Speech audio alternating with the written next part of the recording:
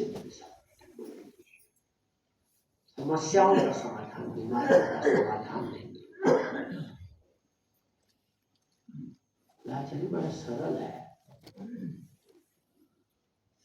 बहुत सरल है। बोले क्या समाधान है बीमारियों का? कैसे बीमारियां खत्म की जा सकती है? बीमारियों की संभावना कैसे? बोले कुछ नहीं आचार्य, सिंपल सी बात है। बोले क्या? तो उन्होंने 3 फार्मूले दिए। ये बागभट जी थे तो फार्मूले दिए, तो बागभट जी ने 3 फार्मूले दिए। बोले हित भूख, नहीं जानते हो तो जरा सुन लो। बोले हित भूख, हित भूख का मतलब हितकारी कौन सा है? अब यही पर गड़बड़ कर दी हमारे बताने वालों ने। बोले आपका प्रकृति कैसी है आप जान लीजिए कि बात प्रकृति, पित्त प्रकृति, कफ प्रकृति, और उसके अनुसार भोजन कीजिए। मैंने कहा इतना जान ले तो डॉक्टर में हो जाए, इतना जान ले तो डॉक्टर में हो जाए। व्याख्या गलत कर दी।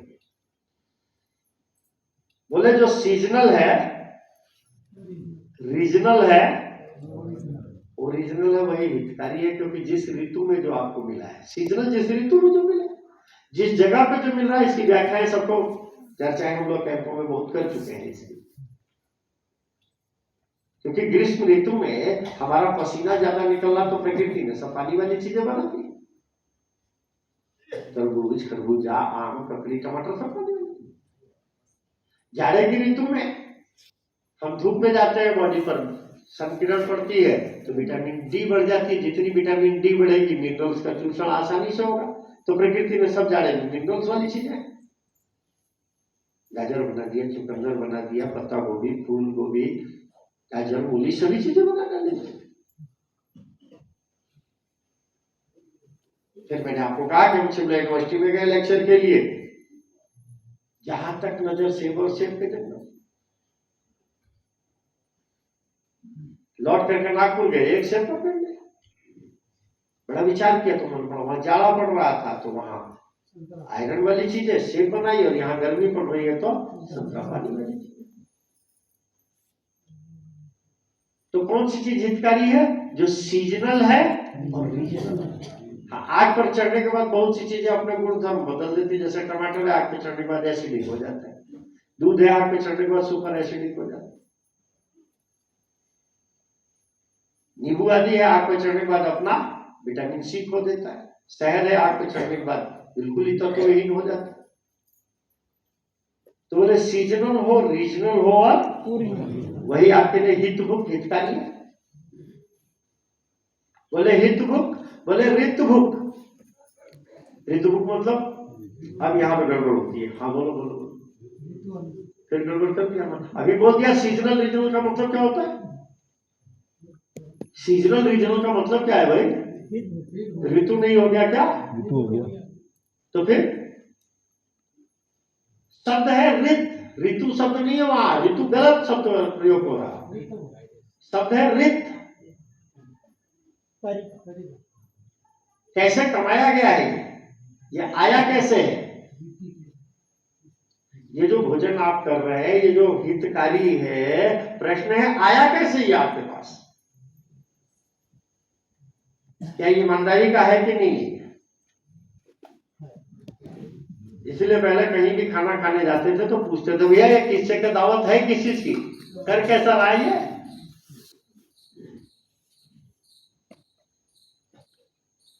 ऋतु तरीके से कमाया गया। पढ़ रहा था, आनंद स्वामी की किताब पढ़ रहा था, 2 रास्ते, बड़ा सुंदर लिखा।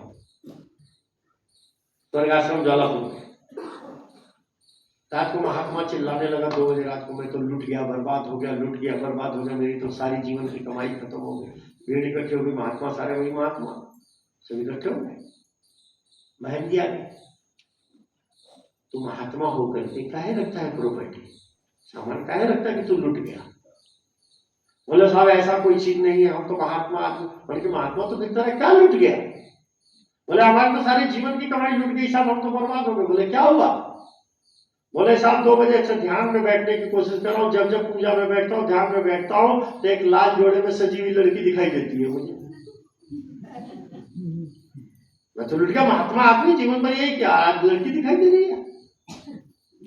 तो मैं जी बोले कहीं तूने कल पोस्टर वोस्टर देखे होंगे, कोई किताब पढ़ी होगी तूने, तो जो देखा सुना वही तो दिखाई देगा तुझे, तो तू क्या पढ़ रहा था कल? बोले हमने साहब कुछ पढ़ा ही नहीं है, हमने कोई पोस्टर नहीं देखा। बोले फिर? बोले हम तो खाली यहाँ से गए थे, गंगा नहाए, इसके बाद वहां रास्ते में भंडारा हो रहा था, खा करके आकर के हम तो सो गए, यहाँ अपना पूजन पाठ किया, आपका कुछ किया ही नहीं। महात्मा जी ने ठीक है, आराम का कोई बात नहीं। महात्मा जी ने चले पूछवाया भैया भंडारा कैसा? तो मालूम पड़ा एक शराबी ने अपनी लड़की को 50,000 में बेच दिया था किसी शराबी को, और उसमें से 10,000 रुपए का भंडारा कर दिया। अरे महात्मा जी वो भंडारा खाए, वही लड़की दिखाई दे रही है इसको सबने। हाँ, कहानी पड़ी।